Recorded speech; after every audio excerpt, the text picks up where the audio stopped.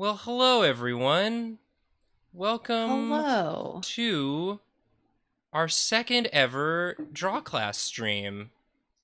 I am ready to learn along with you all, and Karina is ready to teach us. I'm ready to teach. I'm Uh, arguably too ready to teach. don't you hate it when your teacher is too prepared? Uh, I'm gonna bop it on over to your screen right now. There it Yeah? is. Oh. There we got it. Everybody see that? And it looks like you got us a little lollipop upside down. Yep, that's exactly what it is. Well, I'm just here to ask questions and learn, but you take it away. I mean, should we give it a sec to let people arrive? If I don't know how many if people that are it here. depends what your teaching style is. If you're one of I those don't those know. professors that that You better likes to be here let exactly yeah at 3 or else you're being left behind. yeah, we can chill for a minute. How's everyone Yeah. doing in chat? Thank you, by the way, everyone, for Yeah, thank you for su- your support. supporting us on Patreon, and thank you in the future to anyone watching the VOD, just for hanging out, for coming to join us. We're in two times at once with these streams. Um, Ian asks, how much will this help me as a storyboarder? Yeah, it might. Great answer. um, I don't know. That's a hard question. I'm mostly going to be talking about very principles of character animation and stuff like that. This is one heck of a crash course.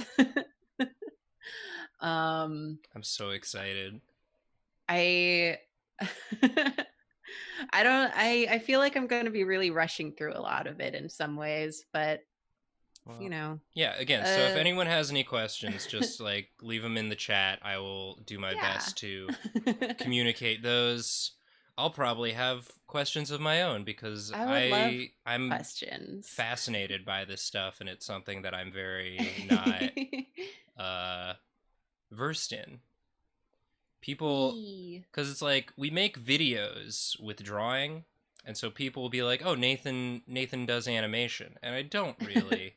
Don't you I do do. I mean, if you count animation? moving, like using the keyframe function in Premiere to move our little portraits around sometimes, but Yeah. like not the cool bouncy We're stuff that getting you make. we're getting into the nitty-gritty of Yeah. character animation today. I whipped out my animation students, every animation student's favorite Animator's Survival Guide by Richard Williams. And a Wow. lot of what I'll be covering today is just lifted from this book Heck yeah. That's or awesome. lecture series. Animator's Survivor Guide. Ooh, we have our first question. How are Ooh, we doing today? I'm doing Asks Jamie. Yeah, I'm doing pretty good.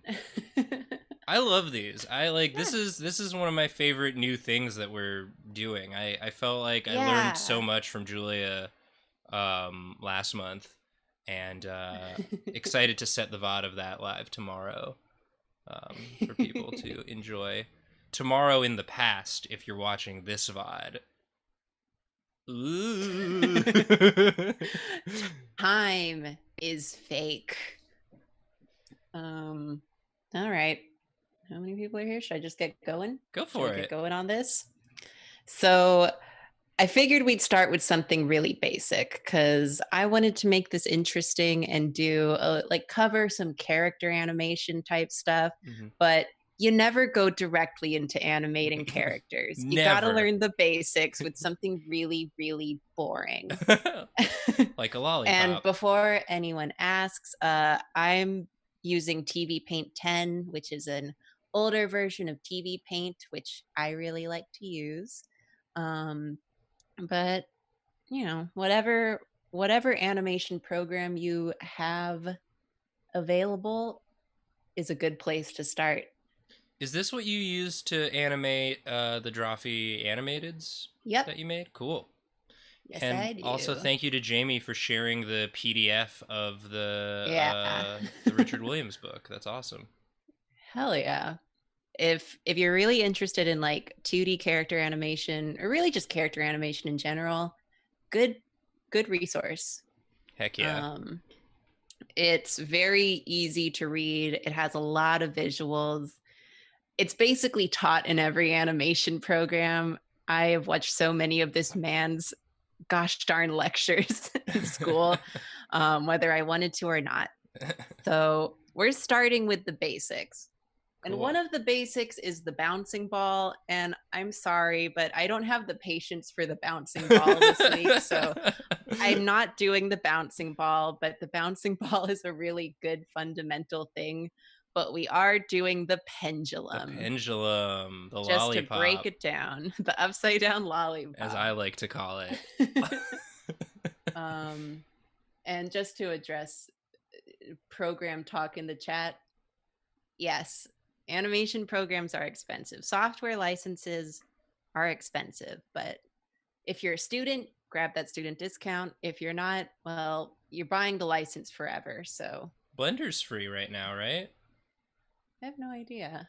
I'm not familiar with Blender. Okay, well, I know people like yeah, and there's free options out there. like Worthy Kids uses Blender, and that yeah, works for 2D and 3D animation. There's so a lot of options. there are options for kind of like the known studio or like industry standard type stuff. That's kind of like Animate or Flash or whatever.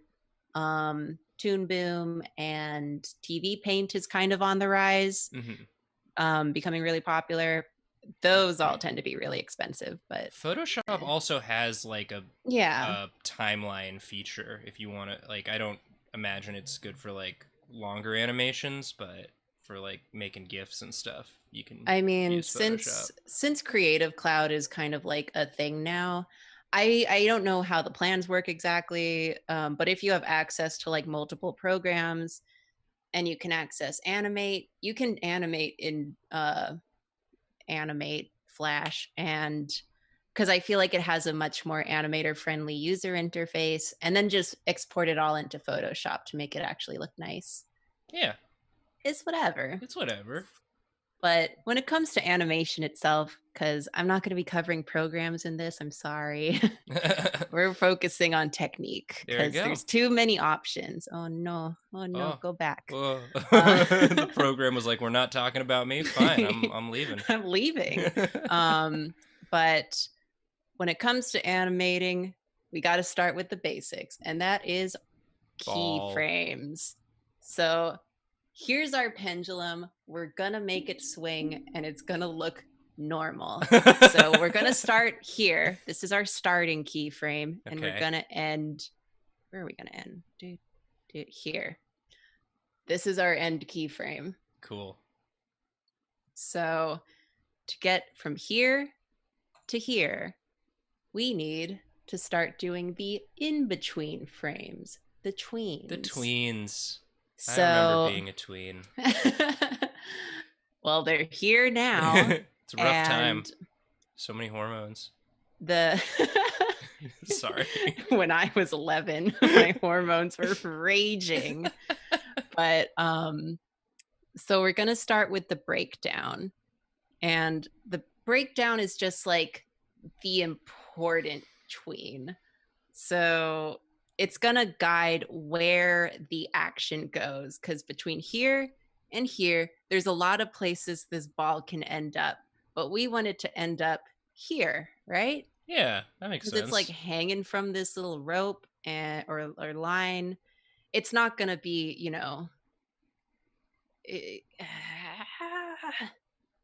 say, for example, it's not going to end up in between these two. Right. That would be weird. Gravity we want it to go down here. Exerting its force on it. Yeah. It goes all the way down. You would say we want it to follow an arc. So now we know what the arc of the action is going to be. Mm-hmm. And we'll get more into breakdowns and stuff later, but for this example, it's pretty straightforward. This is how we want it to move. Julia in chat says I was an important tween. You sure were, Julia.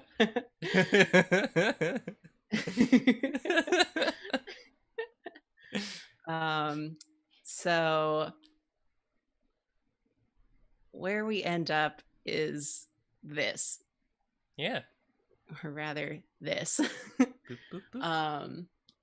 So we're going to make this look nice and natural, but this is basically how we want it moving, right? Mm-hmm. So we've broken down the animation.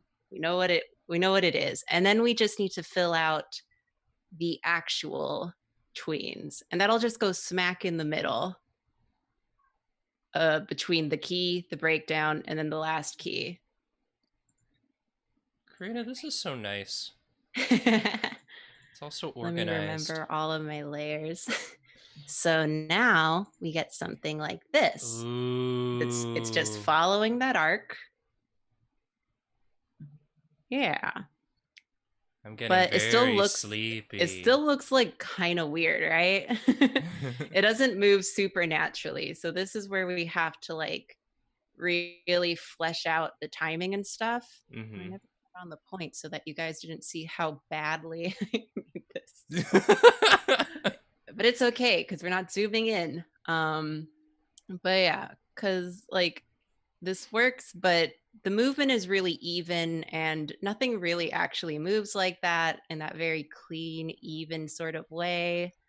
So now we wanna time it out a little bit better. Mm-hmm. And we're gonna add in some easing.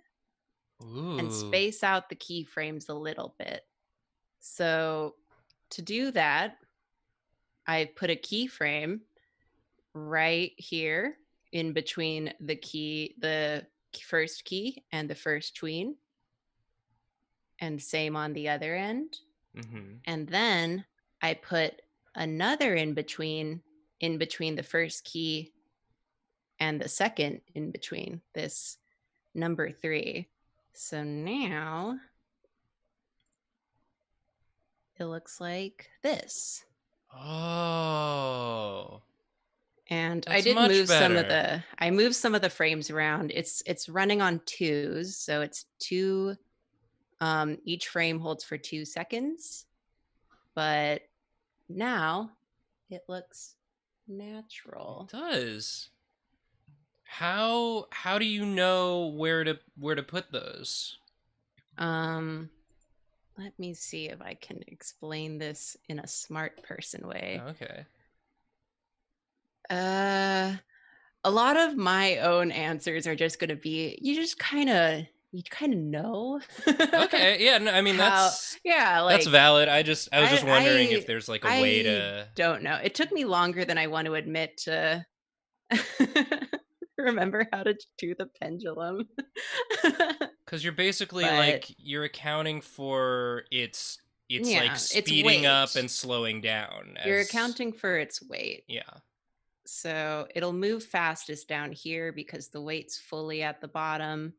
So gravity takes a second to, and then it eases into that up because it's the momentum versus the gravity on the other side. Yeah, like that makes sense. It's a bit of physics at work. I was just wondering if there was like a rule that you follow for like spacing out the easing. No, frames. It's okay. I'm sorry if I'm unclear on things. I'm really bad at expressing my thoughts. But yeah, it reflects the weight because this ball is the weight.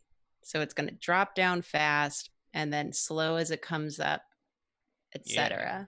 Yeah. I remember physics I took before. Unfortunately, math got too hard. Physics. Physics without calculus. That was my lab science. This is kind of one of the very basic animation things, like animation ways to test it. Yeah. It's just doing the heckin' pendulum. It shows you how to break down the animation. It shows you how to set that arc, which is super important. It demonstrates weight and timing. So this is just if this was just the rest of the stream, just us just watching the pendulum, us chatting while the pendulum swings. Welcome to Pendulum Chat. Karina, am I fucked if I never took physics? I don't remember my physics class, but you kind of know. You have things around you. I don't have anything like a pendulum in my immediate reach, so that's too bad. But everything be moving. Yeah, it helps to You, know why the things are happening, but like this is something you could also just observe. Like if you notice, if you just have a weight swinging from a string, you'd notice that it swings faster as it gets towards the middle and slows down at the edges. So It asks, I missed the first 15 minutes already talking about the 12 principles. I'm not really covering the 12 principles. I'm covering some of the 12 principles. I don't think all of them are that important. I was just like, should I do the 12 principles? And then I looked it up and it's like, well, I don't need to cover appeal. You don't need to know about that. no. That's some Disney shit. So we're just kind of we're gonna cover most of it, most of the important stuff, I think. But we've Appeal? just What am been I, a doing banana? we've just been doing the darn pendulum. But this is why, when you start an animation course, you don't start animating characters, you start animating a pendulum and then a bouncing ball, because they teach you the principles in a really concise, like simple way. But I'm not doing the bouncing ball because I just didn't want to do it. I can't deal with the bouncing ball today. I made the same banana joke as Ian. I didn't see yours because there's a slight delay on the stream. So, we each thought of it on our own. The very good banana joke. Anyway. But yeah. So. Anyway, if you don't know physics, just use the practical knowledge you have from observing the things around you in the world. Yeah. And we'll get to that. But I mean, this is all theoretical. This is just to show how very active animating it works in its simplest form. But that's great. I just didn't want to start anywhere too complicated because I'm going to do that very quickly in a moment.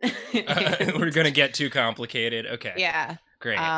Excited. But I didn't want to dive in immediately. So I prepared a pendulum for you. I hope that somewhat simply exhibits a good starting point on, hey, how do animate? What I like about the pendulum is the arc it follows looks like it's smiling at us. Yeah. But there's these that. are all really fundamental things that once you start to know them, you can implement them into more complicated, annoying things. Ooh, I love complicated, annoying things. Which I'll get to. Yeah. Because this is easy. It's just a ball on a string. But most people don't want to animate a ball on a string. We want to animate our OCs and other characters. Yeah, my OC, Ballstring Man. No. Ballstringus. So please do not steal Ballstringus. Is that somewhat clear? Should I go back over anything, or should I move on? I think you're good to move on. If anyone has any questions, they can ask, and we can. Yeah.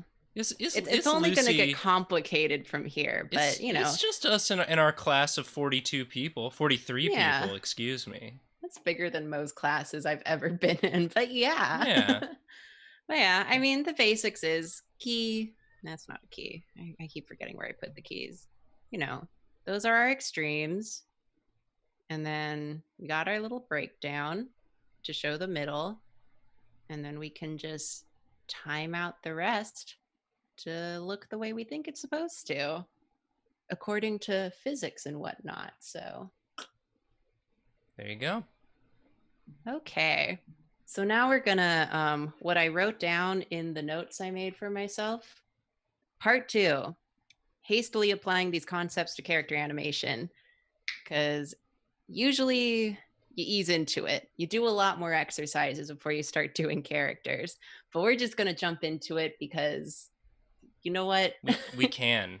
We can. We're not an accredited institution. We can, Yeah. You can do the bouncing ball on your own time. Yeah. I'm not gonna do it for you. I don't want to. I've done at least 2 bouncing balls in my life, and that's more than enough. So let's go. You make all of us look so bouncy in the animations you make. Well, we'll get to that, because now we're going to talk about applying these basic principles and more to more complicated characters, starting with a couple of these guys. Oh, yeah, it's me and my best friend. Yeah, it's you and Cat boy. Cat boy. So, and we are say we want to social animate. Distancing here. Yeah, 6 feet apart. Just like Bucky wanted. Leave room for Bucky. Yeah. Leave room for at least one Bucky. One wide Bucky. So, say we want to animate these characters. Say we want to animate. We want to animate I don't know these why characters. I chose these 2 characters. It's perfect. I the needed duality to show Nathan, of, but this is just like my character that I use for everything, including some demos later on. So he's here too. Y'all are besties now. The character that greeted me first when I went to look you up as a freelancer. Yeah. So very on if brand. we want to animate, this dude, where's my pen? Oh, doesn't matter. I don't need it. But yeah, if we want to animate that, we gotta break him down into some shapes, because we don't know how to animate this whole thing. We know how to animate a ball and a line.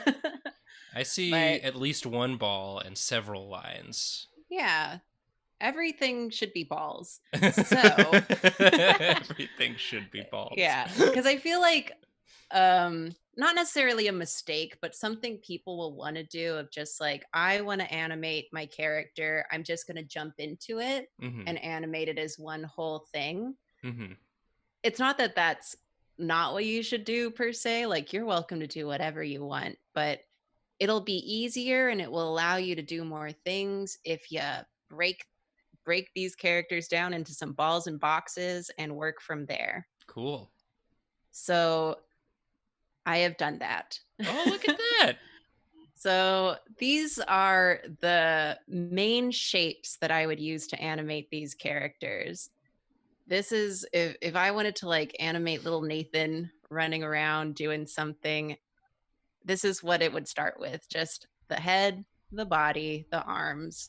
None of this extra shit. No. We'll get to that. Same with Onion over here. Just the head, the body, the limbs. Oh, his name's Onion? Yeah, his name's Onion, by the way. Cool. And because all of this stuff that's hanging off of the characters, that's not going to be animating on its own. They are going to be secondary to these forms. Yes. So to show. Yeah. So say we're animating little Cloud Nathan.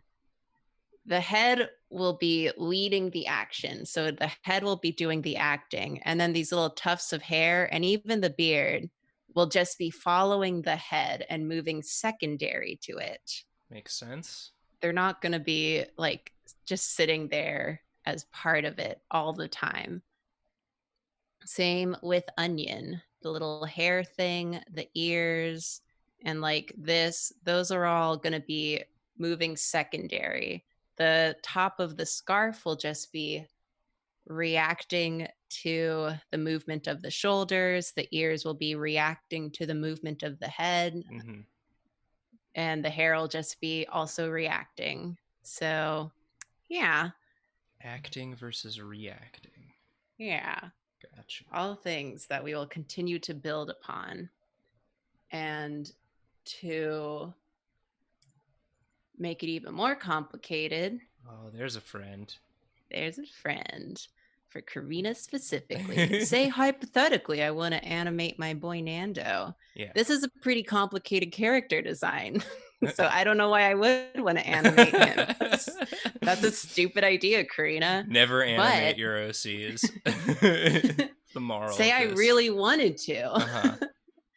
Uh-huh. We start by breaking him down into some basic shape. A little bit of a gesture drawing I did of his basic anatomy, but get rid of all this extra stuff because that all is going to be moving on its own. Mm-hmm. So the hair will move secondary to the head. This is all going to be doing all of that on its own. The clothes, since it's draped over the body, will be moving secondary to the body. Same with the pants, wherever there's an opening, those are going to be moving on their own. And even these little bits on the shoes that are a little bit loose, those will be moving on their own. So when you're doing like, if I want to, this is so cool. If I want to draw him like walking, you're going to be doing all of the blue first and then add the rest of it in later once you have the motion down, because it's just going to be moving, in reacting to the movement itself rather than, the jacket's not moving on its own. The hair's not, doing its own thing. It's going to be following the movement of the head. Right. I would also like to side note and say I'm not going to be covering walk cycles. I thought about it, but then I picked up my animation survival kit by Richard Williams and remembered that he spends at least 100 pages just covering walk cycles in this book. That's like and I'm like, your bread I can't and do butter. that. Yeah. I can't. That makes sense. He's well known for his walk cycles. So just read that PDF. And yeah, but you got to start it simple. Like, you're welcome. Sorry, I keep doing that. You're welcome to try and, animate the hair with the head and stuff. But it just doesn't make sense to do that because it won't move in a way that seems really natural or lively. Cool. Here's a question. Mm-hmm. The blue and red that you chose, is that just like personal preference, or is there a specific Yeah, I just reason? did that so they were different colors for this demo. Gotcha. Okay. Because I'm assuming is it better to use blue than black for planning? It's kind of up to you. There's like a psychological thing where people will be more precious if you draw in black. I think that's a bit of also a bit of old fashioned, like traditional ideas of just, you would use a blue pencil for your drafts because it's easier to photograph that out and stuff like that. Whereas digitally, it's not that important. Yeah. So you can do whatever you want. Personal preference. Yeah. So make it green and pink. I'm saying all of this shenanigans, and I don't know if anyone's thinking, what do you mean it moves secondary? I was thinking that, but I was... How convenient. Yeah. Hey, Karina, Karina, I got a question. What do you mean it moves secondary? Wow. What are you talking about? Well, let's see, Nathan, for example. We got this silly little dog that we want to animate. Oh, what a Karina, you've drawn so many friends for us. And we want this dog to be looking at us, just giving us a little peek. Just a little. Here he goes. Oh my god. Oh! I'm imagining the dramatic chipmunk meme. Dun dun dun. But it's the calmest dog. Yeah, instead it's just like dun. And this looks okay, right? It looks great. But the ears look not ideal. They're a little correct? stiff. They look like they're just planks of wood nailed to its head. Yes. They look stiff. So What I mean when I say secondary, moving secondary, the secondary movement, it's stuff like this. Oh, look at the little floppies. I want And to this is pet a him. pretty small movement, so it's not that dramatic, but But it's still so, yeah. like, it makes a huge difference. Yeah, it looks more alive. So basically, what it means is that when he starts to turn the head, where it's hanging off of his head, like where it's attached, it's going to follow the movement of the head, but these hanging bits will, it's physics again. Animation, unfortunately, is just physics. Unfortunately, So, yeah. because physics is You hard. can never get away from I that don't remember science. my high school physics class, but I remember there being a lot of math Yep. and having to grovel to my teacher before class because I didn't understand the homework. But, an object at rest will stay at rest. Yeah. So this little hangy bit of the ear is going to, keep trying to stay where it was until the head pulls it along. And then once it's in motion, it's going to stay in motion Yeah. because once it catches up with the head, it's going to do a little bit of overshoot and then it's going to take a second to settle. So, yeah. What a great way to illustrate. This is the cutest illustration of this concept I think you could have gone with. So great job. But yeah, and like I said, this is a pretty gentle movement. It's kind of annoying with the notes, my bad. No, it's good. So, but if you're doing a more dramatic movement, Ooh. is this it? Is this okay? You'll see it a lot. Oh, he's really excited to see us. Yeah. But still calm. Still calm. Yeah. But yeah. So same thing. It'll still try to, stay where it was until it just eventually is dragged along, and then it's still going to keep moving. It's going to overshoot. So yeah. How many keyframes for each of these little head turns did you do? Each of these are just 2. All of these have used the same first keyframe, last keyframe. And then the break, is there a breakdown as well?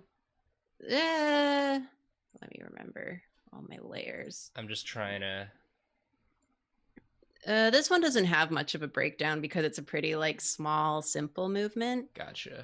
I'll talk more about breakdown later, but this is just kind of like A to B. Breakdown's probably here, just. I think I misspoke. How many? No. How many? It's a valid question, but I'm like, this doesn't show it super well. It's like, how many? This is probably the breakdown. How many tween frames did you need for this? 1, I think is 2, what I meant. 3, 4, 5, 6. 6. Okay, cool. Yeah, and then so it's 8 frames total. Gotcha. But because the ear has some overshoot and settle, that one keeps moving after the head stops moving. Oh, interesting. Okay. Yes. So yeah. So that's a little bit about secondary action, because if you're animating again a poison, all of these clothes and the hair will be acting the same way as the little droopy ears. It'll follow where it's attached, but the rest of it may lag behind and kind of act on a delay. Clothes is the droopy ears of people. Yeah. You can write that down if anyone's taking notes. Yeah. That's my contribution. Do the secondary actions have their own keyframes? Yeah. But they're going to be broken down differently because they have, that little extra bit of overshoot and all of that, which we'll get to. Trying to remember all of my thoughts. But yeah. How do you keep track of multiple secondary actions? I just put everything that's moving on on a different layer. Get ready for some layers. Get It's ready important. for some This layers. is why you break your character down, because this head is a layer. The hair are 2 layers, because this bushy part at the top is going to be, you know, acting as one thing on one layer, and this little tiny bit sticking out at the front, since it's smaller, that's going to like be behaving differently, so that's the second layer. Mm-hmm. Clothing is layers. You just break it down wherever, if something is moving independently of a different thing, just put on a different layer just to be sure. You can time it all the same, but just separate things. Organize. Yeah, it seems like the amount of organization you need in order to do a good animation is daunting to me. Yeah. But I think deep down I knew this. I knew I'm this would happen. actually like such a monster, because I worked at a studio for a while as a freelance, and I was brought in for a few different projects, and one of them was just this really long ongoing client work that was just taking forever. And so that was the longest project I was on, and I kept getting brought back in to do revision work for that project. And I like to work on as few layers as possible, but like as many as I need, but not too many. Mm-hmm. And then I was doing revision work for this other animator who liked to make as many layers as possible. And we were just opposite ends of the monster spectrum. And there was one shot of his that I had to revise something, that I opened it. It was like a 3-character shot. Oh my God. He probably had like, 100 layers. No. Because he would break it down like face, eyes, nose, ears, Wait. forearm, What's upper on arm. face? What's on face if not eyes, Just nose, the face, ears? just the head. Oh, it's And just like a yeah, blank. Okay. yeah. And I'm just like, oh gosh. Uh, and like I don't have the best habits of maybe like not doing everything on as few layers as possible, but I will say it was easy to do revisions for him, because if I had to like, oh, change like the arm in this movement to be like less that, it was easy because his layers were so broken down. Mm-hmm. But it was also just very like I had a shock when I opened that file. I was just like Hair but stands on yeah. end. And as a side note, I didn't really specify this in this breakdown, but facial features, and even in this case like the glasses, those are attached to the face, so those don't have secondary action. Your glasses aren't gonna like overshoot and settle when you turn your head. Unless They're you got pretty those firmly wiggle glasses that are all the yeah. rage. That everyone has. Everybody loves. Um Do you name the layers in yes. these programs? Great. I gotta. Um I do tend to play kind of fast and loose with my own layers when I'm just working on my own, instead of like, in a pipeline. Mm-hmm. But even then, like it is nice to have organizational skills. Do your future self a favor. Yeah. Yeah. And I never do even that when I'm even working. if you're working like in a studio, some of the people would name their stuff really funny things. There was one shot I had to do for a pilot where I was doing like all of the background creatures and stuff, and I had to animate a flock of birds kind of scattering. Mm-hmm. And the layer was called fucking birds. The director came over to show me what to do, and he's just like, yeah. These are the fucking birds. This is the fucking bird layer, so but it was still named pretty clearly, so it's whatever. You don't need to have like a numeric system for everything. No. Unless you're working in a studio and that's what they expect you to do. Yeah. But it is nice to organize your files. But anyway, so say for the face, I wouldn't split the nose would be attached to the head for me. The glasses would probably be their own layer, but they would just be moving completely in tandem with the head just because they're kind of a weird shape. Mm-hmm. Eyes and mouth, same thing, own layer, but firmly attached to the face. But, they're going to be blinking and talking, so keep them on their own layer. But, Yeah. they're not going to be zigzagging around all weird every time a movement happen. So, yeah. Makes That's sense. my little bit about breaking down your character and secondary animation, if any of that made sense. I would be remiss if I didn't acknowledge the fact that every time you say breakdown, I do think of the JoJo theme song. Can you give us a little bit of that, Oh please? sure, yeah. Yeah. Just enough so we don't get content ID'd by Yeah. YouTube. It's the one. It's the last theme song from Part 4 that goes breakdown, breakdown, breakdown, breakdown, do do do do do do do do do shining justice, and then some stuff in Japanese that I'm not gonna. Nathan, that was beautiful.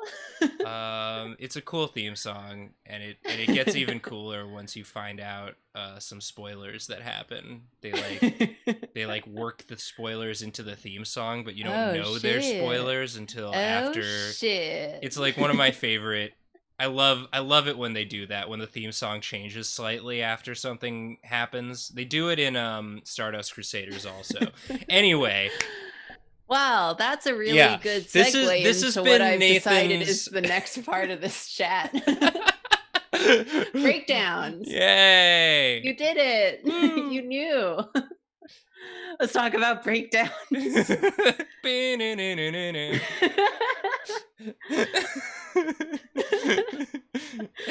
So this is gonna be breakdowns in terms of characters. Be on YouTube forever now. Hell yeah. Nathan was having a breakdown. Yeah. I just like that show. Let me make sure some my great pencil's all ready. great animation work in that show. This is like the one thing that I didn't draw ahead of time, so I will do one bit of live drawing for this. Ooh, very exciting. Everything else I did ahead of time because I was like, I can't think, my brain hurts. So, we know in the pendulum, the breakdown was just kind of to show like where the arc was, how it was gonna move, and so that it looks good. Mm-hmm. So let's apply that to this little head turn of this guy. I've totally stolen this lesson from an animator on YouTube called Toniko. I forgot his last name. He's the guy with the little cute dog like character. He's really great. He puts out a lot of videos and they're all super helpful. And I kind of just took this example from him because I couldn't think of a better one. So check him out too. Yeah. Toniko. Good stuff. Lots of good animators out there who can teach you these things as well. But so we want to do a breakdown for this cat looking in a different direction. So, we can start with like the most basic one, which will basically just be, my hands really hurt from doing all of this animation because I forgot how difficult it was. So if my lines look really scratchy, it's because I'm tired. Valid. I don't think anyone here is complaining. Yeah, so this is not going to look consistent or anything, but I'm just trying to, communicate the ideas. I mean, you drew a very good circle very quickly. I think that's so eyes miles apart. Yeah. I would have. Thank you, Nathan. I would have just used the shape tool. I mean, these I don't know if you can tell, but these keyframes are just flipped images. So Toniko Pentoha. Yeah, that person. Real cool. I love their dog character, but they post a lot of cool animation stuff. So say this is our breakdown. this is a breakdown. It's a pretty simple. It's just, it's going to go straight across. It's just a pretty clinical head turn. It's just going to turn that it's away. a very cute dog character. I just Googled them. I know. It's such a cute character. Wow. But most adorable dog. This can be a breakdown, but consider you wanna do something kind of weird and do a little bit of acting with your breakdown, and you want to do something like this. This changes the arc of the action because now it's kind of like dupe. Yeah. And it has a different kind of mood to it. Definitely. Now instead of just looking across, it's like, So, yeah. There's suspicion. Same the other way.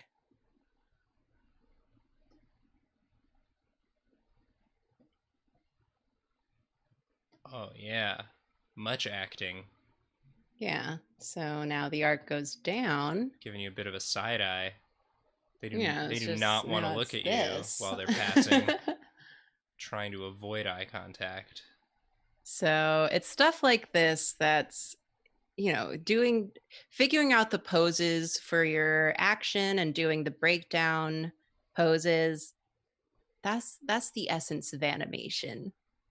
Because the strength of the medium is exaggeration. Yes. That's what makes animation nice and cool. So, maybe when you look to the side, it is just kind of like a cross, and you don't act like a weirdo about it. But it says so much more to, like, swing your head around really weirdly or like, huh? I mean, that's something I've noticed in the animations you've done for Drawfee is just like how much acting you jam pack into like a minute or so of like overheard us bullshitting. Like you, yeah. Because that's a big part of animation, acting. Yeah. Because I think when people see like animation that they're just like, this looks like not too exciting, it's just like, why? What's the point? Maybe it's because there's not a lot of acting, there's not a lot of exaggeration in the characters, and it just seems like it's kind of wasted the medium. It's just going pose to pose to pose instead of it being, there being any flourish to it. So it's just a nice thing to throw in. Yeah. Something to think about. So yeah. So it's just like, what kind of character do you want? Do you want this? Do you want this? Do you want this? Yeah, it tells so much about the mood. Yeah. Just like and it tells so much about the mood, and it tells so much about how, the action is supposed to be, like what the animation is going to be. Because you could also do a circle. You could also just draw a circle, Karina. Now it's a completely different animation. Oh, he's not even looking at us. Yeah. You can fill in the space between these two keys in so many ways. Yeah. So, that's the importance of the breakdown when it comes to your character. It tells you where the arc is. It tells you how the action is going to play out. It's going to tell you all that stuff. Yeah. So that's the breakdown. But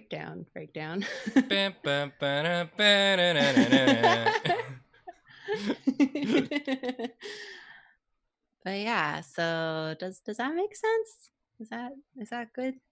I thought that was great.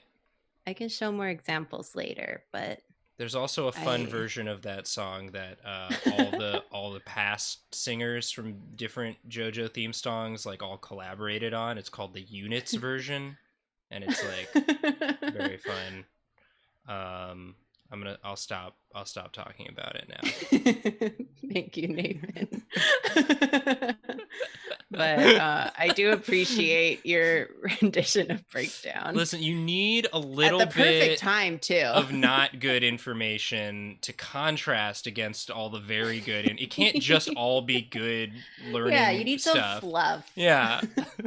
I personally feel like my brain has melted preparing all of this stuff, so it is nice to feel normal. Normal by comparison. Yeah. But yeah, so that's a little bit about breakdowns. And I'm gonna throw in one more spice. This is the part where, in terms of my lesson plan, it was this morning and it became a little less structured. So we're just gonna hastily talk about something different now, but kind of in the same vein. Okay. Anticipation. Whoa. This is also very important for your posing, your acting, your just setting the mood of your action. You built anticipation when you described that you made it this I did morning. not say it correctly. I know. I made this right before Wow. this. So, say we want to have Onion here do the good old finger guns. Same deal. It can just go straight in between these two.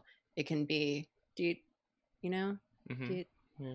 But that's kind of boring. No one does that. No one Who does that? No one. That's who.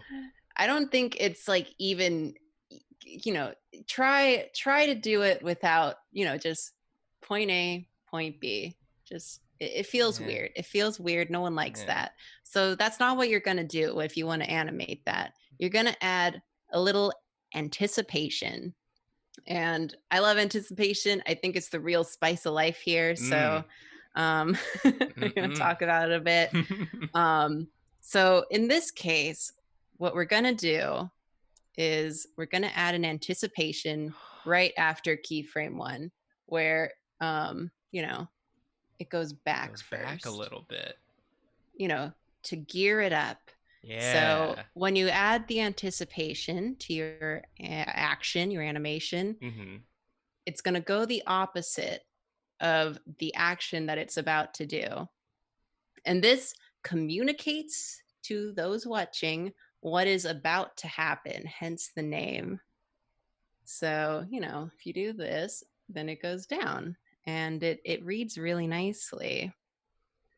So not every action needs this, but it is really good and it does help to exaggerate whatever happens, and it looks nice. And because we have exaggerated the wind up, a lot of times there will be a reaction. Wow. So when it comes down, it overshoots a little bit before, adjusting back and settling. Oh, yeah. Yeah. That's what gives your animations that like bouncy quality. Yeah. Yeah. So that's how you do all the bounciness. Instead of just doing that, it's back and then down and then up.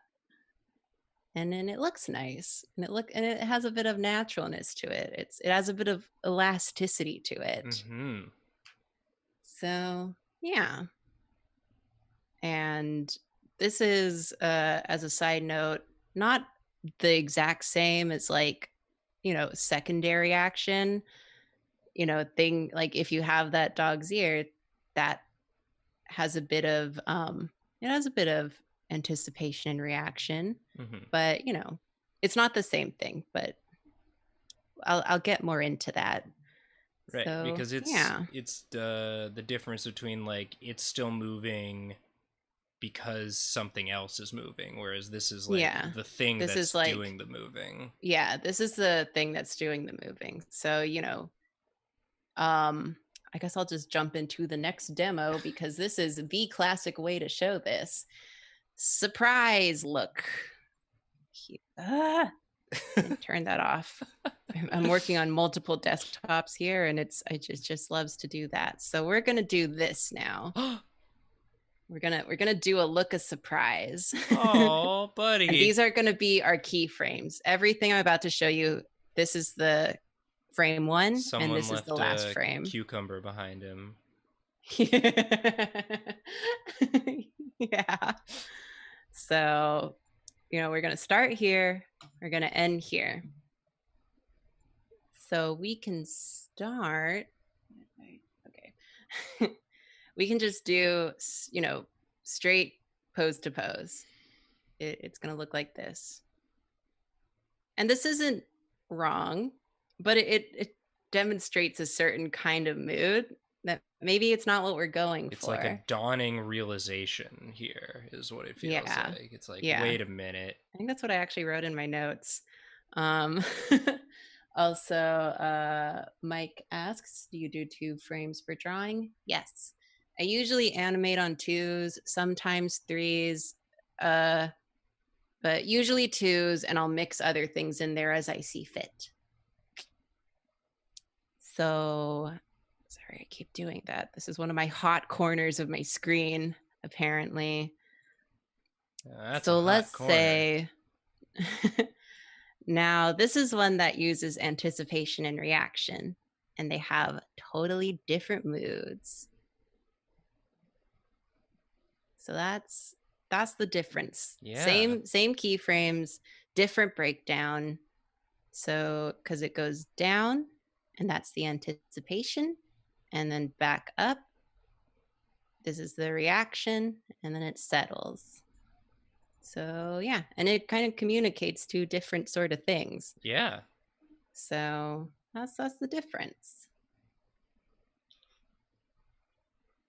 Zappy asks, can you explain a bit more what that means to animate on 2s, 3s, etc.? So it means how many frames each drawing is up for. So if you're animating on 2s, each drawing is on for 2 frames. Do I have a good way to show this? And not really, not on me at the moment. But so if you're animating on 2s, each drawing shows for 2 seconds. If you're animating on 3s, each drawing shows for 3 seconds. Depending on like. Wait, is it Is it seconds or frames? Oh, I'm sorry, frames. Yeah, because it's like it's like. I love to confuse the two because I'm a professional. Yeah, but because it's like you're animating at like X number frames per second, and then so each drawing is on. This is like something I took notes on and then didn't have a good place to insert into this talk, so maybe I'll just do it now. But I think like typically a lot of people animate on 2s or 3s. It just it just kind of depends on what look you're going for. Yeah, you don't usually see animation on 1s unless it's for effect, because it looks really smooth, like upsettingly smooth. Do I have anything like at the ready? Old Disney movies were animated in 1s, says Mike Betancourt. Ew. Like that. They also use like a lot of rotoscope in old Disney movies too. And it's it's like a different sort of feel to it. Sorry, I'm pulling up. How many frames per second are you working in with these examples? These are all 2s. Like I said, sometimes I'll sneak in 1. I like to use 1s to do little like sneaky frames, which I can talk about in our next example. And sometimes I'll sneak in 3s to kind of like slow things down or ease it. I was going to pull up Worm Train because I know this one has like a lot of mix. Yeah, but I think these are usually done. You were also like doing the squiggle nation. Yeah, but I usually work on 2s. So like that's on 2s. I'm pretty sure all of this is on 2s. There are some parts. Budget. Give me your transit budget. This is on 1s, and that's why it's so shaky. I wanted to do that for effect, where he's just shaking violently. So that one's done on 1s. So he's like moving faster. It doesn't. Get who where? Yeah. Most animators work on twos. I think a fun thing to do is to I can pull up another thing. So it's I was you're working on 2 frames, and it's, but like how many frames per second is it? I for all of these examples, I'm just working on 24 because 24. that's the default for this version of TV Paint. Cool.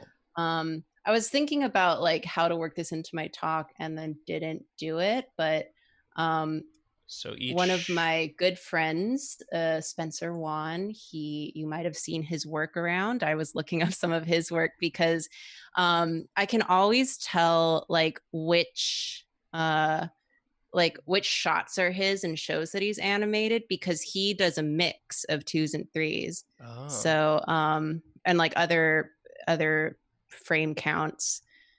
So, and you can kind of tell that sometimes because things will be moving at like different speeds.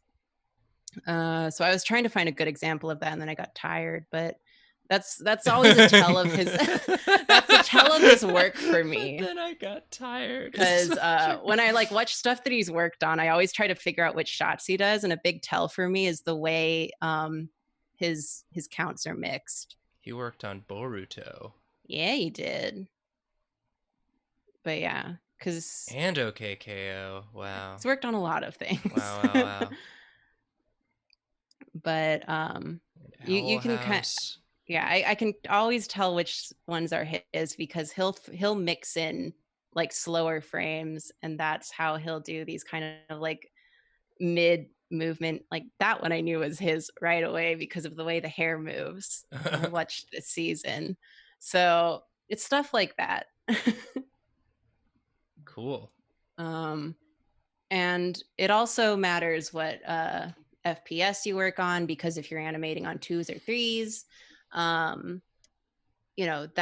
timing. Yeah. So if you're working on 24 versus 30 frames per second, like it'll make a difference. So that's a whole tangent. I hope that wasn't too confusing. I couldn't figure out a good way to like work that into my talk, but yeah, timing important. But I think most people will stick to twos, but I think it's nice to mix in those threes and fours occasionally to kind of like, make it feel more, Oh, that's interesting. People have some interesting just tidbits in chat that Into the Spider-Verse at the beginning, when Miles is still learning and unsure of himself, it's animated on twos, but once he gets more confident, it's animated on ones. Yeah. There's a lot of artistic choice that goes into what you animate on. I love that. So, like I said, on a much more dummy level, like when I was doing the worm train thing, I put it on ones for that one shot just so it could like seem more like manic and shaky. Yeah, manic. Yeah, exactly. Whereas the rest of it is just on twos because it's normal. That's normal. Yeah. But yeah, there's a lot of intent that goes into what you animate on, and you can mix it up for different effect and stuff like that. So yeah, I hope that's helpful to think about. Definitely. I hadn't considered that. Something to think about. Yeah. You just gotta trust your gut for like what looks nice sometimes, but always good to do twos. I love twos. Twos are good too. So I guess I did one more example that's really weird. Same 2 keyframes, but this one I did to show like a really weird breakdown and a mix of a lot of different of these acting things. Okay. So same 2 keyframes. Whoa. And this one has a lot of like weird breakdown stuff. So yeah, let's talk about that. Let's talk about it. So starts off the same, and then you anticipate down. And this one I used a lot of squash and stretch because that's fun. I didn't really cover that, but that's a thing you can do. Squashing and stretching is when you really exaggerate the elasticity of your characters, like they're made out of rubber. Mm-hmm. Hence why the bouncing ball is so beloved Yeah. by people willing to do it. But it's just a good way to add even more bouncy exaggeration. Heck yeah. Oh, thank you, Jacob. But yeah, so you go anticipate down. So just one big anticipation. Then you stretch up. And then here's this breakdown. You settle on it. You Ooh. smear Oh, that's a across. smear. Mmm. I Mmm, love that's a making tasty bad smear. smear frames. um, Yeah, I yeah, love yeah. smear frames. I use them way too much. Do not be like me and use smear frames because you're lazy, because you don't always want to animate everything in between. They're really good for fast motions. Mm-hmm. And typically I only hold them on ones. So this is, where's my layer? Yeah, this is one frame because I don't want people seeing the smear when they're watching it. I don't want them to think too hard about it. I use a ton of smears in Drawfee Animated, but it's usually because of the time crunch. Yeah. So they don't always serve a good purpose. But I also really like using smears. I think they're funny. Most animation I do that's just not, for a studio is cobbled together by smears. If I can't figure it out any other way, it's going to be a smear. But for this, it kind of works because I wanted it to be really fast. So Yeah. you smear across. Here's our next breakdown. We settle into that. And then we smear back again Oh, that's another good. into Oh, one wait. big anticipation. This is our next breakdown. Can I see that? Can I see that second smear frame? Yeah. Yeah, that's real good. I Oh love man, smearing. that's a head crab from Half-Life. You shouldn't be too sloppy and gratuitous with your smears, but sometimes I can't help myself. So that smears all the way back into this next pose, which is one big anticipation, really eases in. And then boom. And yeah, so I can't just believe forward, how good those smear frames were. settle. You're telling me you drew all those smear frames? What? And then here we're on the last keyframe, same Yeah. keyframe as before. Wow. So yeah. That's a good question. How do you decide what to draw for a smear frame? Do I have the light box on this? I usually just hastily connect the things. Where's my smear?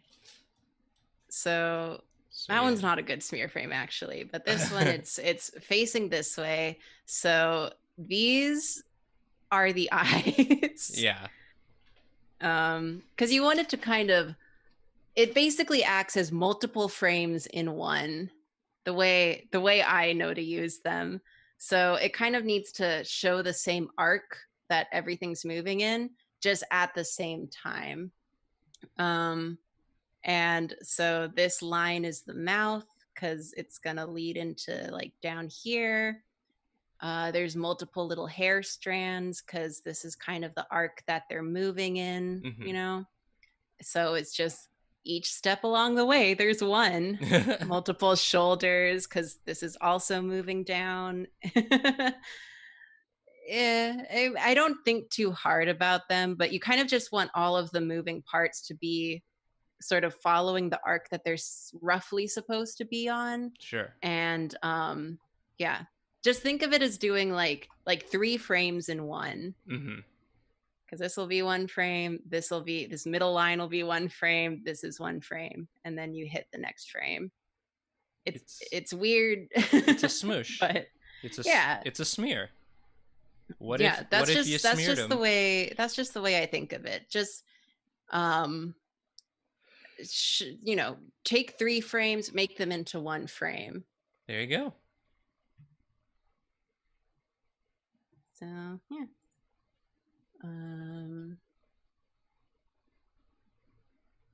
Do you ever use motion lines and smears? Sometimes. Again, it kind of depends. It's a bit of an artistic choice. Mm-hmm. I didn't really write anything about smears. That's when I ran out of time for planning this draw class. So that's empty in my notes. But I mean, I've already learned so much. yeah, and like I Wow. use them a lot for fast motions because I think it's really easy to like hide a smear when you're not like when you can't see it for very long. But um sorry, I'm like reading chat, whatever. But you could kind of use them for whatever is necessary. You'll see people pick out like weird smear frames from like Naruto fight scenes and stuff, and they're like, this looks weird, but it's a smear frame, it's not going to look cool. It's just a way of exaggerating the motion. Yeah. I think there's that really famous one where it's Sasuke doing the thing, but his head's like sideways. And that's just like a really quick anticipation because I think he's about to like snap his head around. And you don't think about it when you're watching it because it goes so fast, but like that's acting. That's cool. But it's just happening so fast because it's an action scene. Yeah. And then someday someone can take your smear frame and turn it into a meme. Yeah. The ultimate animator's fantasy. Completely out of context. Hooray. But yeah, sometimes you break your character model for the sake of exaggerating, and it's probably gonna look cool, but it does look weird. It's gonna look cool. It's gonna look weird, and that's what happens when a but frame it's is only smeared. there. It's only there to like really punch up the action. So it's not supposed to look cool. It's supposed to function cool.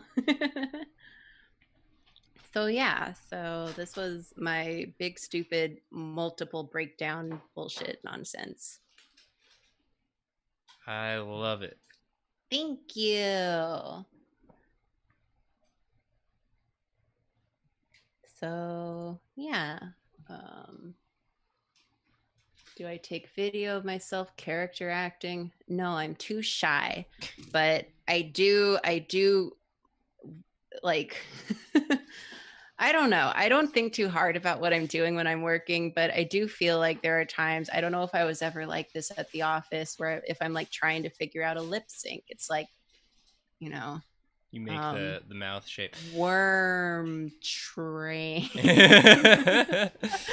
So like, this dog can drive. Well, we would like, even when you're not animating, just like making comics. I like, if you went over to the illustration zone at College Humor, you would just see like me and Caldwell and Jacob all just making stupid faces because we're trying to like I know I do draw. that. Yeah, so like you just make the face. Watching like Caldwell make faces while he's drawing comics was like one of my favorite things from I imagine when I first he started. makes great faces. Yeah, he is a cartoon character already, so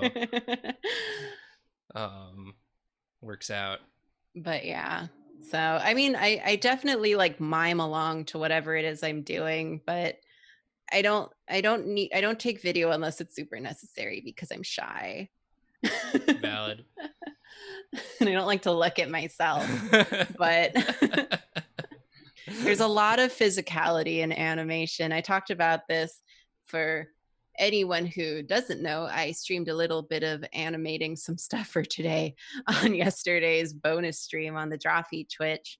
And in it, I talked a little bit about how I had to take an acting class in college. Oh yeah, it was required for my major, and I hated it. Not because, well, here's the thing: there's a lot of acting. It's important to animation. It's cool. That's true.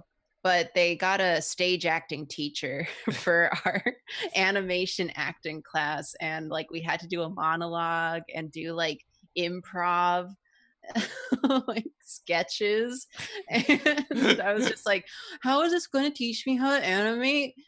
my character. Little but did you there was know you but would there have was to do improv all the time. not the same. But um there was this one day where they brought in a real professional clown to our Uh-oh. class, and that was actually the best day of that class Oh. because, you know, aside from what you may know about clowns, the profession, you know, and mind you, this was just a regular guy. He wasn't dressed as a clown. It was just a guy who is a clown. Mm, But that's a lot about exaggerated movement and right. like really like a lot of physicality and stuff. And that's the same as animation. Pantomime. Yeah, so that was a good class because it was just like, yeah, like your character, you know, if you're going to do like a really exaggerated character, it's not going to move like a normal person. Right. There's a lot of acting involved and a lot of acting with like all of your body. So Yeah, that's important to kind of like have an idea of how that works. for sure. So, you know, I do have one more thing prepared if we'd like to move on Is this the from clip? this is the You clip. want me to? We don't have to show it yet. We don't have Oh, to show okay. it yet. I can walk us through it You first. let me know when you want me to play the clip. Yeah. This is my clip I've prepared. I've got it pulled. I've got it ready. It does have sound, and Nathan has it so that we can play the sound. Yeah. But it's not super important to listen to the sound just yet. But this is a clip that I did. Actually, let me turn the sound off on my end because it's going to annoy me. Are we going to cover lip syncing? We can. I don't have really a lot of anything prepared for it, but I do have a thing we can talk about, so we can do that last. I wasn't sure if we'd get that far, but I've managed to really sprint through all of my prepared content, so that's good. That's great. But I wanted to animate Nando, end of sentence, period. I just wanted to do that for myself, but I also wanted I also wanted to animate a more complex character in order to show the principles I just talked about in action on something that isn't a circle. So I've prepared a small clip of Nando. This was set to a sound clip that I stole from my good friend Siggy VA, who has dubbed many a Schmando comics. So I just took one of them clips and set it on here. And we'll watch it with sound later, but I don't want to deal with it right now. So let's just talk about the process of this. Yeah. Let me just. God, this is so fucking long. Why? Never mind. I don't care. Anyway, here's my first pass on this animation. Someone with no familiarity with this program, I still like. I feel the frustration. I take such long breaks from animating between each time I do it that every time it's like I've stepped fresh into TV Paint and I have to relearn the UI. So here's my first pass. This is just keyframes with some breakdowns to kind of show what I want the acting to look like. Not a lot of detail.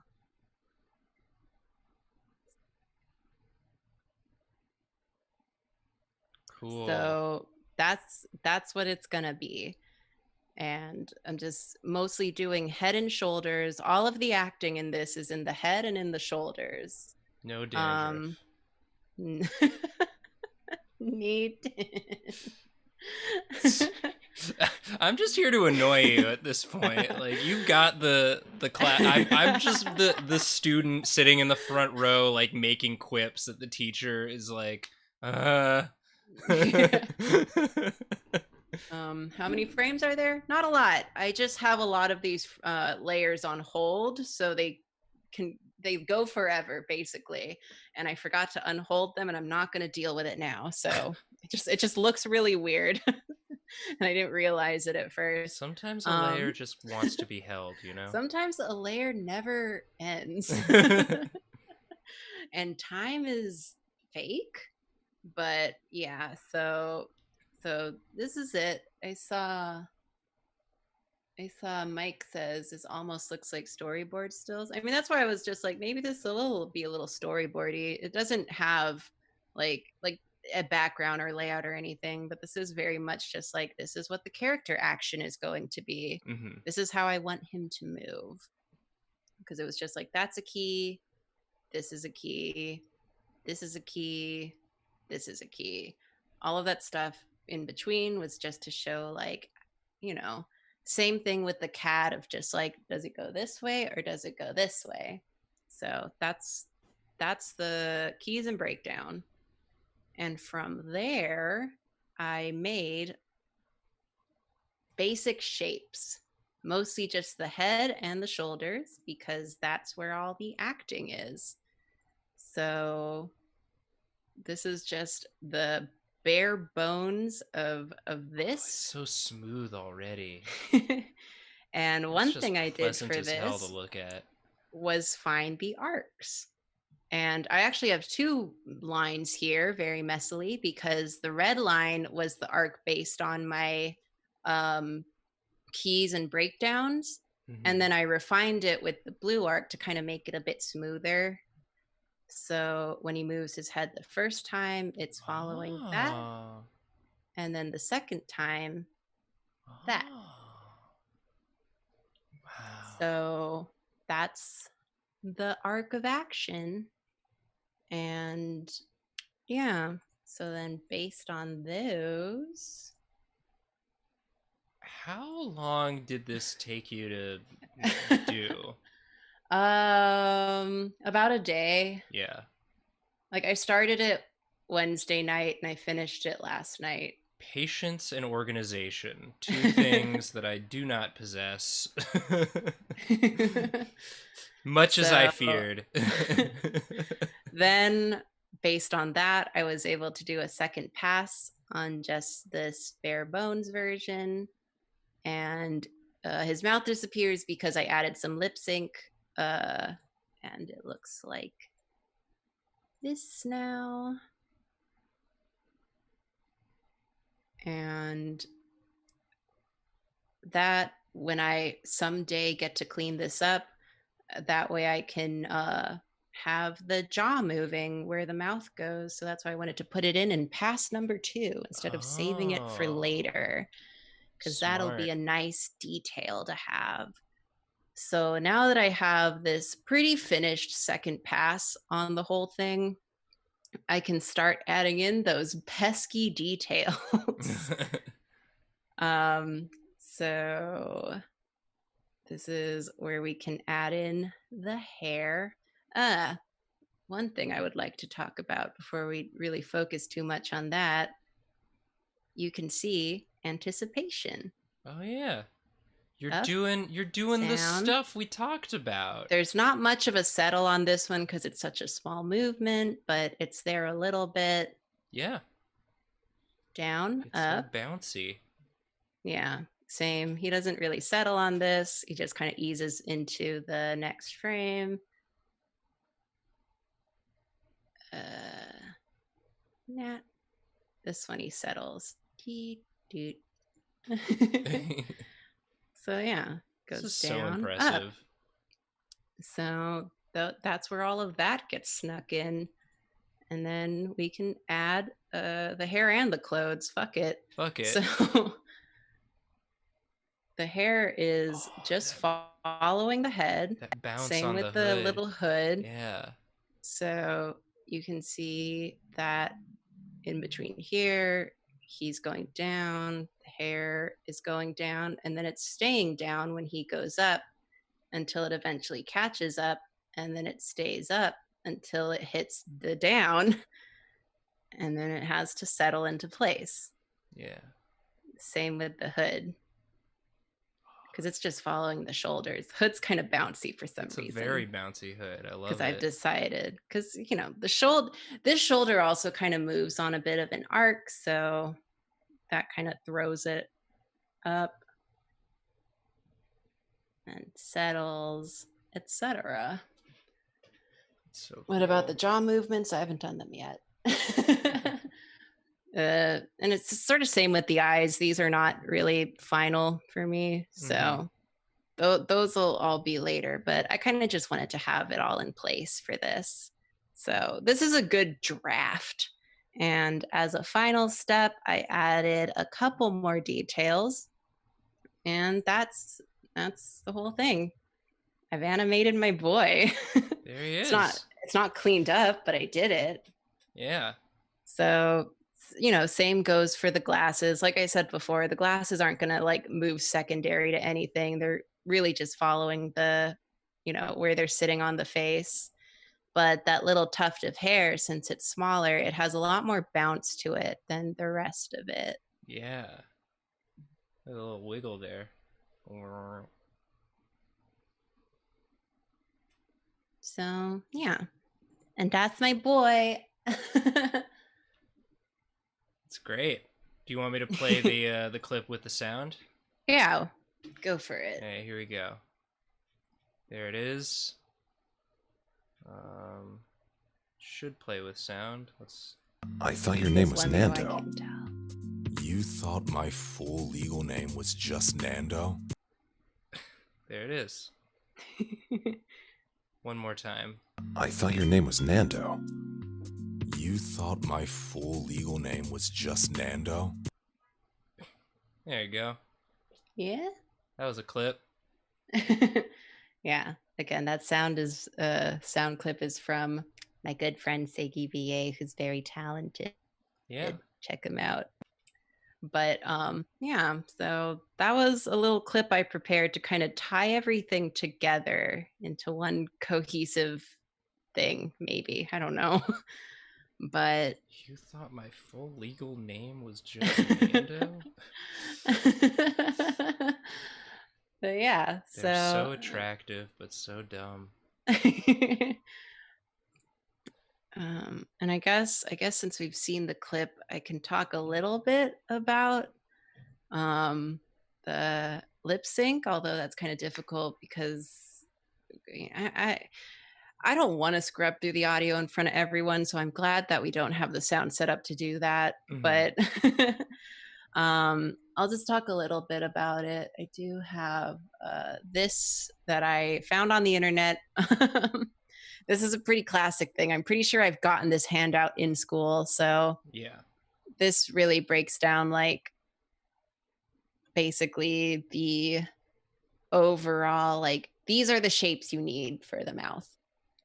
It's not super complicated. In fact, if you're using like After Effects, you can just have it set up so that you can just switch in between like 9 mouths to do as you need. Most mouths can just be open. You just need the ah, you need the e, the I, and then the oh, ooh. A lot of things you just have your teeth closed, so it's like, and then Q, just, very similar to ooh, and then ones where your mouth is closed, and then the only real outliers are the L sound where you're kind of clicking your tongue, and then the F where you're like eating your own lip there. But yeah, so basically if you have your audio, switch it back over. I did hide my audio a little bit, but it's not on right now either. I can turn it on so that I have sensory overload. Actually, let's not turn it on. I don't want to deal with that. But so you have your audio, you can scrub through it, and basically anytime there's a change in what the mouth shape will be, that'll be where you can put it in. I feel like it's really easy to overwork lip sync because, you'll want to in between it or it'll snap to a different shape. Mm-hmm. And maybe you think that'll look weird, but that's just it's going to look fine as long as it matches the sounds that's being made. It can be difficult to like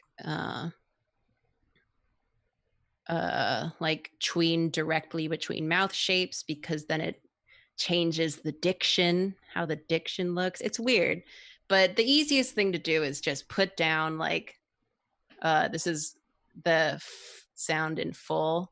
So ooh, yeah, legal.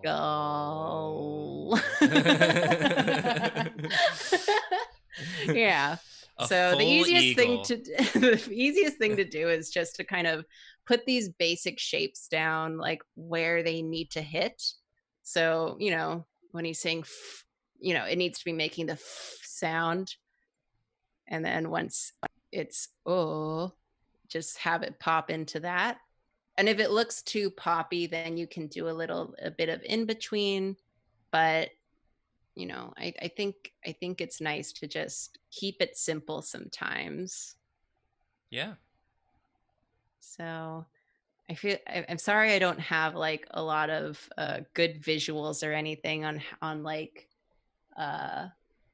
lip sync stuff, but no, it's like you have the basic yeah. shape, but then like the size of the mouth and is also informed by like how loud they're saying it or what like mood they're feeling while they're saying it. So, and also like the angle of the head changes. And I chose this one because I feel like this is a really clear like example of that, and you know, it's like a little exaggerated, and I always find these so funny because these like this is a little bit overworked, like hello Pete. Fine day, isn't it? But you know, this is how we do it. Yeah. You probably don't need this many mouth shapes. You don't need one for every letter, you just need one for every sound. Yeah.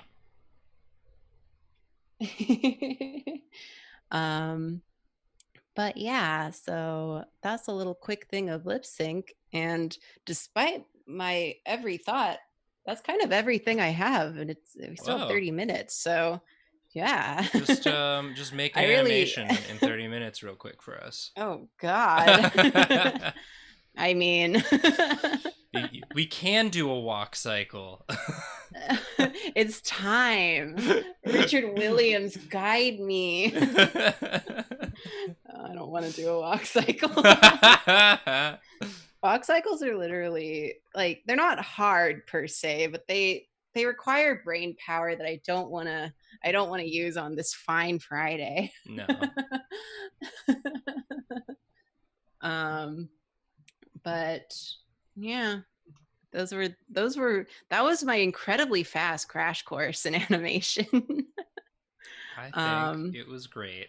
I hope it was not the hardest thing to understand. I really wasn't sure going into this if I was making sense anymore.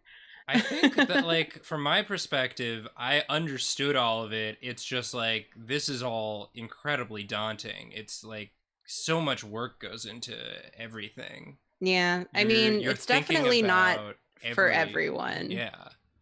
But so it's much fun. So much thought goes into like every detail. Like it consider really how fun and rewarding it is. People are telling me to animate. I don't have the animation program. I could like, I don't know. You guys want to watch me struggle with bug? Get out of here. Nice. I don't know. I could try something, but I think he's happy. I don't know. No pressure, Nathan. But yeah, so I really just wanted to show a breakdown of my poisonal Photoshop timeline. Ooh. See what I can do in 30 minutes, given what I mean. I'm down. Are you sure? Try. I'll try. I mean, it's not gonna be great. Like it's gonna pale in comparison to what. I'll help you. You'll help me. Okay. We all have to start somewhere. All right. Well, we all have to start at the pendulum. Let me. Should I stop sharing? Yeah. Let me put up a hold screen, and then I'll pull up Photoshop's thing, and we'll do it.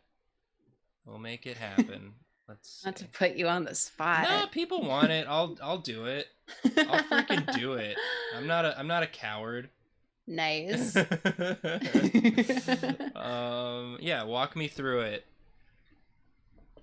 I'll make maybe I'll do a head turn.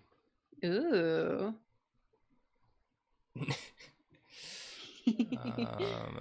right, I should share my screen with you. That'd be super. So you can see what I'm doing.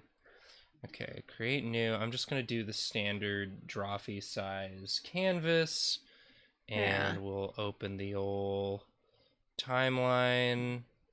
And it's been so long since I've even used Photoshop for animation. I'm like, the timeline.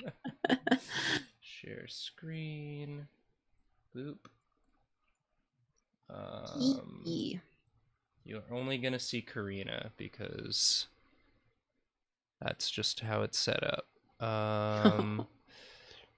Which one am I? Is it this? Yeah, there we go. Okay. So we make a timeline. Yeah. And we can do frame by... I only know how to do frame by frame. That's totally fine. I didn't really cover this, but, you know, there's two kinds of animation. There's, you know, pose to pose, keyframe to keyframe, or there's just straight ahead. Both are valid. Yeah.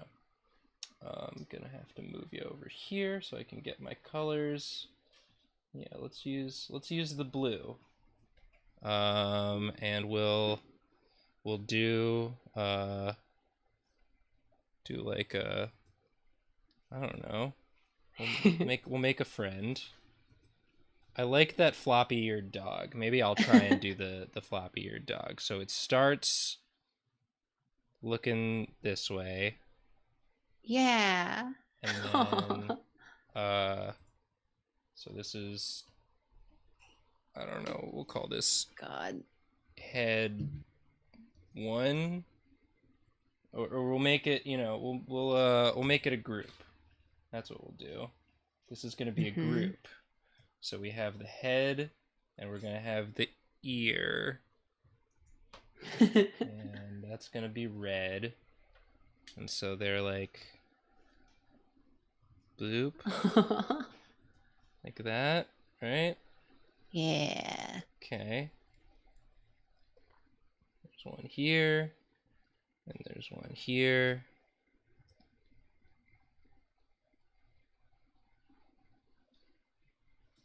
And so the next step is to make the other keyframe, right? Yeah. So now we let's lower the opacity so I have that as a reference. We'll make a new group. And ooh, do you use the timeline in Photoshop a lot? Not really, no. Okay. I'm just like, I can't remember how it works, so I'm glad you know. I mean, I just make another, like, basically you just have these frames, and I just, like, you can stick more frames in between them. Also, anything you do to the first frame is gonna just, like, ripple through all of them. So, but, like, stuff you do on another frame will just stay. Okay, so let me grab, let's just have the colors that I'm using. How about that? Let's just have those. Okay. So now he's turning his head. Does he, let's say he like turns it and he's like here now. Ooh. He's gonna be, yeah, see? Karina giving yourself a hard time about drawing circles, and look at me. Look at what I'm doing here now. Okay, so it's gonna end. He's gonna be looking at us. The eyes are lower. Yeah, because the good thing about having keyframes is that it'll help you keep your character consistent. Yes. So straight ahead is nice. On the Nando animation, the jacket I did straight ahead. There's no keys on that. I just did it from, you know, following the shoulders. but it does, the hood changes size throughout the whole thing because there's no keys. There you go. So yeah, so that's the advantage of that. There's a fluidity to straight ahead that's really nice, but the consistency is really easy to lose. Oh, this friend. I love He's so sloppy. I love Demo Dog. Demo Dog. What's up, Demo Dog? Okay. And so now we need the breakdown. Yeah. Correct? So we've got. Yeah. So I'm going to label this as keyframe 1. And this is keyframe 2. And we'll make a new one in between. Bloop. Bloop. And it'll be breakdown. Okay. What kind of breakdown do you have in mind? I don't know. What do you think? Maybe I kind of like the way that you were doing the looking up. I think maybe he's looking up. Ew. Maybe it's like that. Is that a little?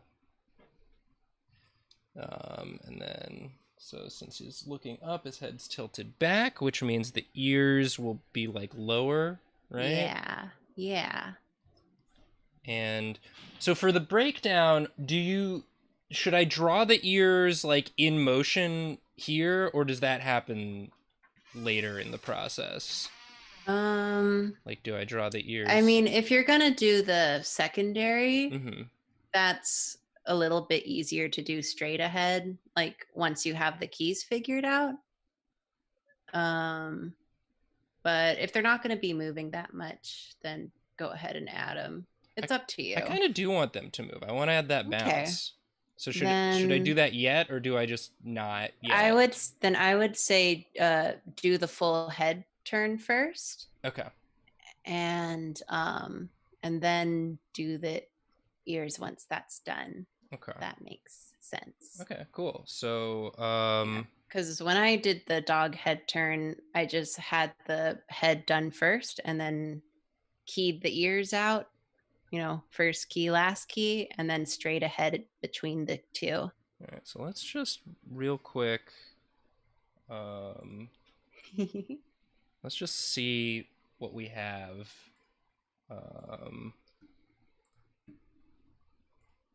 Right now. And this is on 5 seconds. We don't want that. We want like nice. Let's see if it's if we're going with what you said, 24 frames per second on the twos, every thing is a 1/12 of a second, which is point God. Math. 0.5? A 1/12 of a second is not 0.5. Hold on, I can do this. Oh no, we've hit the stumbling block of math. It's like 0.8. 0.08. Okay. It's like 0.08. I'm just gonna say 0.08. I'm just gonna do 0.1 because it's right there. Yeah, I mean, I guess you could like add in the other however many. That looks fine. So that's sort of what's happening. Aw. Okay, so now we need how many in-betweens do you think I should do? I mean, you can just start with one on either side and then go from there. Okay. See how. Okay, let's do that. How much more you want? Yeah. Okay, so we've got this, and we've got that, and we'll call this. No. We'll call this tween 1 question mark. And this is the head. Oh, I didn't label these either.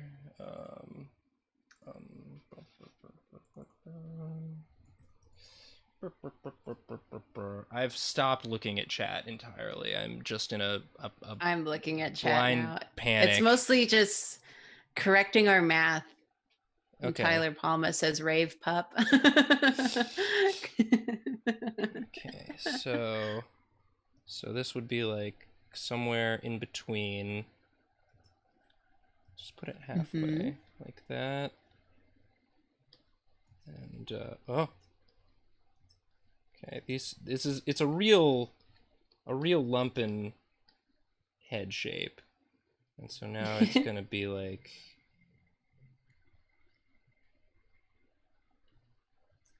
No, nose would need to be going up because he's tilting his head up. Yeah, keep in mind your arcs. Yeah. Oh yeah, I didn't even draw. He's on. I didn't even. You don't have to draw the arc. You just have to think about it. Yeah. Because you can see the nose is making an arc, and his face is on a circle, so it'll curve a certain way. Yeah. Okay. So we've got that. And again, every time you add something, it shows up on the first one, and then you have to get rid of it, and then you have to add it back in. I will take this time to say that, if you have, it's already moving. This is fun. This is cool. There's no way I'm gonna get it done by the time we're. Oh, no worries. I'm just glad you're down to clown. Yeah, people wanted to see me mess around. I wasn't expecting to get through all of my nonsense so fast. I was really woefully over prepared for this class. You did great. I got really nervous about it. Thank you. I just think it's very cool to see. All right, so this is. Raikua says, do you typically draw your arcs for reference when you animate? Not necessarily, but I don't often feel the need to, because I feel like if it's something I intend to do, I kind of have an eye for it. Because like when I did the Nando animation, I didn't put an arc in for that shoulder, but I kind of saw that was a good way to move it for that motion. So I just, animated it in as I was cleaning it up. So, it's just a thing to remember. But if it helps to put it in, it was helpful to put it in for the head. I will say that much. I don't usually do that. So is this right? Something like this. You're doing great. Thank you. Is this your first time animating? Like this way? I mean, I've probably tried to, but like not as like codified as the way like I probably if I was animating before, I probably would have just started with frame 1 and then just like had an idea in my head of kind of how I wanted it to move, and I would have just like onion skinned and then just like added to it. This makes way more sense to have the start point, end point, middle point, and then like work out from there. It's a good structured way to do things. And like I said, there's nothing like incorrect about doing straight ahead, like just, having an idea and running with it. But it's good to just like have it's just a different way of doing the process. Yeah. The head shape changes so much as it moves. But then it's a good thing you have keyframes, because there'll always be a little bit of consistency. Yes. If you had straight aheaded this head shape, it who would have knows been what it would be by now. Yeah. I kind of want to clean them up a little bit, like make it a little rounder. Jessica Pack says, Karina, have you animated in Procreate? I actually haven't. I haven't had a lot of free time in a while where I was feeling really creative. So I haven't touched the animation features in Procreate. I'd like to eventually, but it feels a little rudimentary to me. Like, I think it's just, each layer is a frame. So it seems like it would be nice for like drafty type of thing, really straightforward thing. Nathan, it's I'm moving. I want to add. I want to do the ears. Do the ears. Let's do the ears. So, like, okay. Okay. How do we do this? We got this. We got this, and we got the. I'm on tween 1. Here to ears. Here to ears coming in.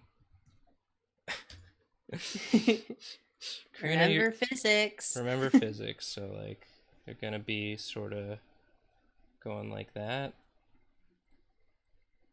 Well, they wouldn't move past where they started. Yeah, just kind of be dragging down. They'd be dragging. So like that.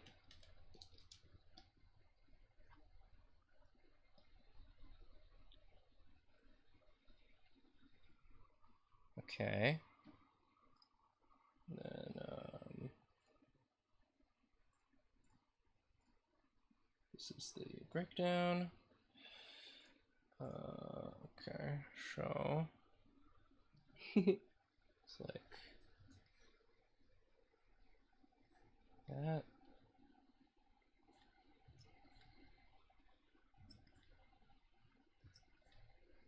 Yeah.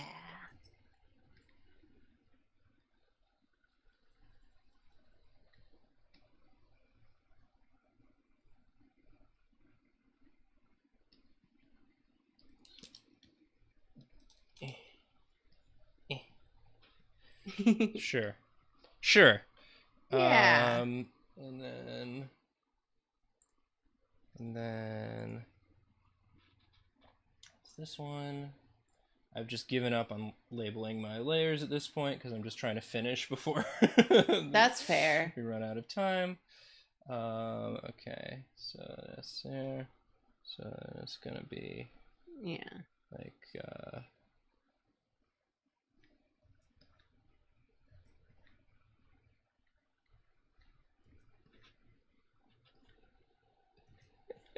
he's so cute. He's just a cutie. This ear's really doing way more moving because that's on the side of the head that's turning. I feel like the ear on the left could go out a little bit because remember, it does still follow the head and it does catch up. Okay. So you think it would go out like that? Maybe. Another thing, because you drew the final frame for the ear, you can compare where it's going to end up. Well, yeah. Well, I was going to add like an additional one of just the ears like settling into place. Yeah, exactly. And maybe wow. Yeah, so they should like okay. Ethan, it looks good. Thank you. You're a good teacher. I'm glad.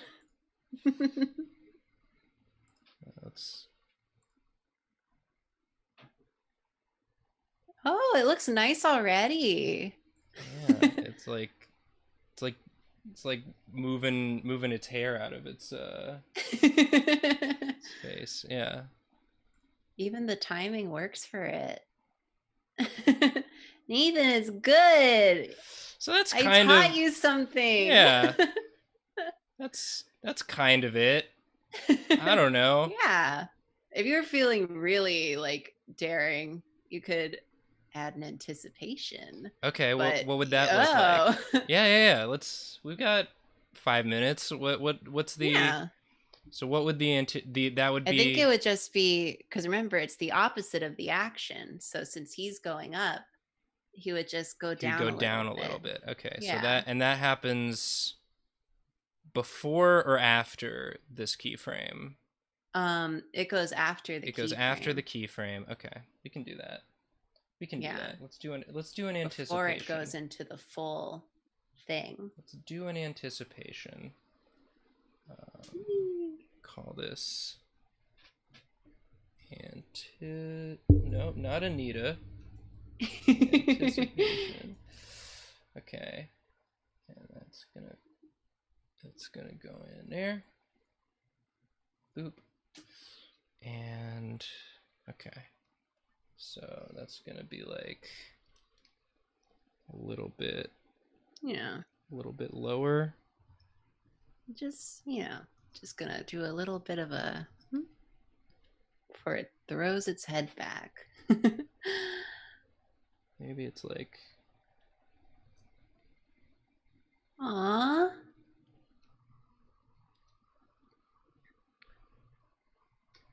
Ear.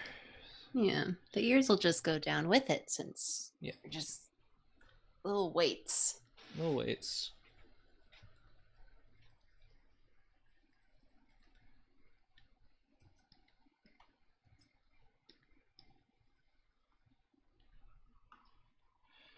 Okay. Dude. This one.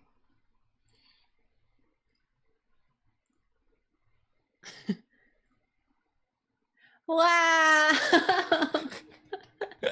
Nathan, it's got so much toot. It's so friend. Curious. He's just like, what's over there?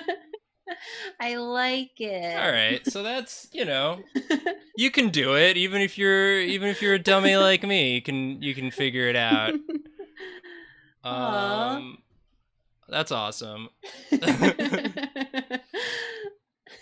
Wow. Thank you for teaching. I'm glad it worked out. Thank you for teaching me, Karina. Thank you for listening.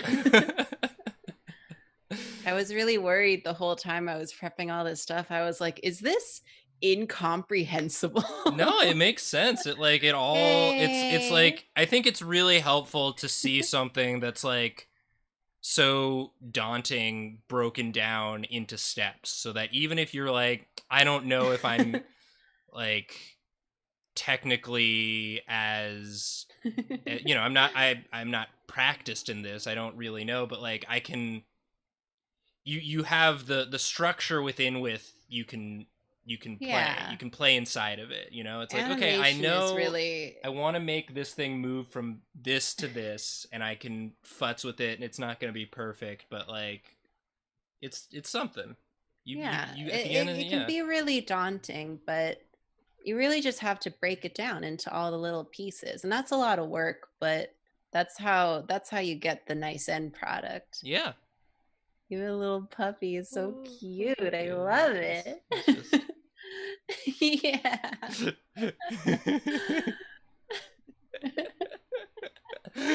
What a treat.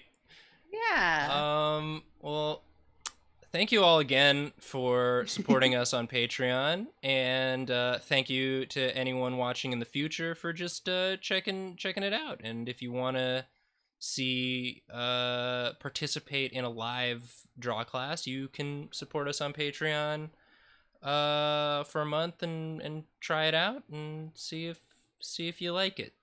And yeah, we try and announce ahead of time what that month's draw class is going to be, so if it's something that is particularly interesting to you, you can sign up and ask your questions, and I'll always be here to be a audience surrogate, because I am, until you teach. Well, I'm just constantly impressed by you my co-hosts, and I'm relishing the opportunity to learn from you in a more formal setting.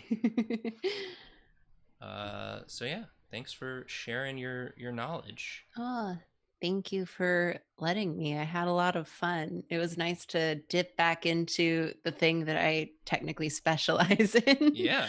And get to lay it out for other people. That was really fun. You are a whole ass animator.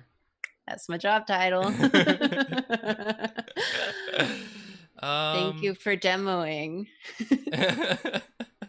You were put on the spot and you fucking nailed it. I love it. That's this dog's name, is Spot. And I put him on the screen. Yeah, thank you audience for being so supportive. Yeah, y'all are great. I'm excited to check out the draw class Discord channel. I remember after last month's one, Julia, if you end up utilizing any of these pointers, feel free to post it there. For sure. I'd like to see. We'd all like to see. One more. Yes. Yes. Yeah. Yes. Awesome. All right. That's it. We Yeah. are sorry. Sorry. And now I need to do it this way. I end Yeah. ending the stream. Bye, everybody. Bye.